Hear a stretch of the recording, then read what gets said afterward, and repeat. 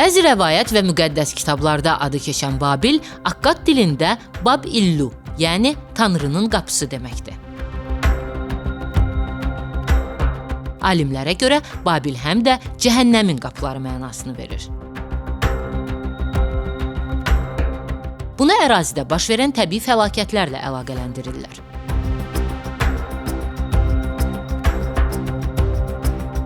...1500 il mövcud olan Babilistanın paytaxtı olan Babil, Bağdaddan 100 kilometr cənubda yerləşirdi. Fərat çayı şəhərin düz ortasından keçirdi. Rəvayətə görə Nuh tufanından sonra onun törəmələri Mesopotamiyada məskən salırlar. Eyni dildə danışan bu insanlar Babil şəhərini salır və Tanrıya yaxın olmaq niyyəti ilə qüllə tikməyə başlayırlar.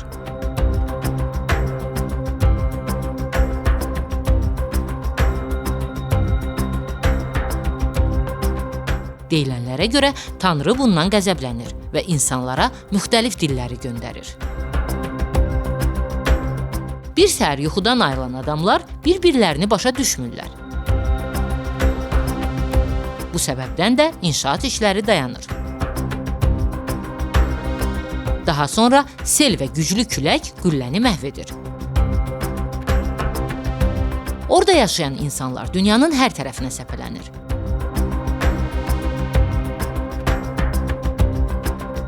İslamda da Musa peyğəmbər, Firon, Harun və kərpicdən tikilən qüllə haqqında rəvayət var.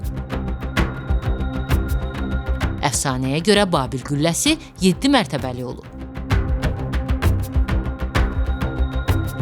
Tarixi qaynaqlara əsasən isə Babil qülləsi minilliklər əvvəl Tanrı Mardukun şərəfinə inşa edilib.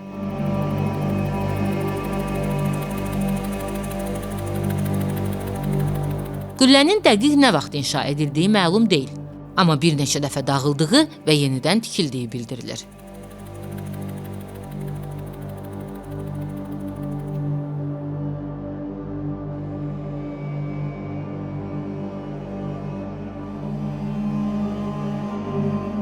Tapılan gil lövhələrə görə şəhər eramızdan əvvəl 275-ci ildə tərk edilib. Bəzi mənbələrə görə Herodot eramızdan əvvəl 4-cü əsrdə Babilistanda olub. O, Babil qülləsinin 85 milyon ədəd kərpicdən tikildiyini və qüllənin zədəli olduğunu qeyd edib.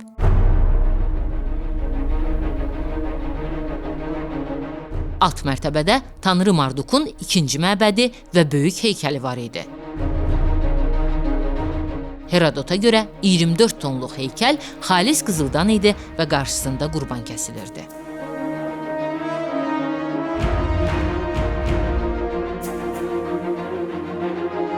Makedoniyalı İskəndərin Babilə gəldiyi və qüllənin dağıldığını gördüyü söylənilir. Onun əmri ilə qüllə yenidən inşa edilmək üçün sökülür. Lakin tikinti işlərinin başladığı dövrdə İskəndər vəfat edir.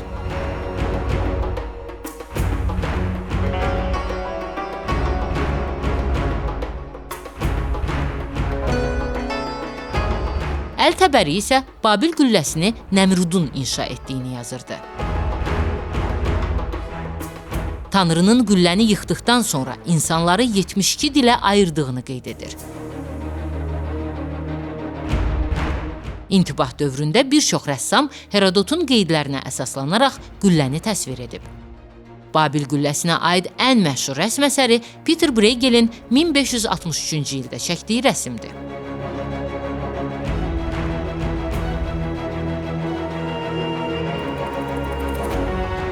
Ən qədim təsviri isə İtaliyadakı Salerno kilsəsinin barelyefində əks olunub. 1899-cu ildə Alman arxeoloq Robert Koldewey Babilin xarabalıqlarını aşkar edir. Arxeoloqun apardığı qazıntılar 15 il davam edib.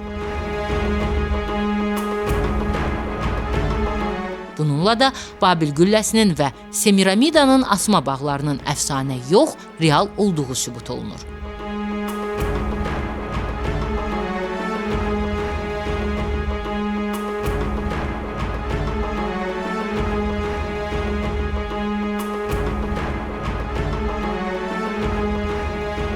Babil gülləsi ifadəsi həm də yarımçıq qalmış, uğursuzluqla nəticələnən böyük bir iş ifadəsi kimi istifadə edilir.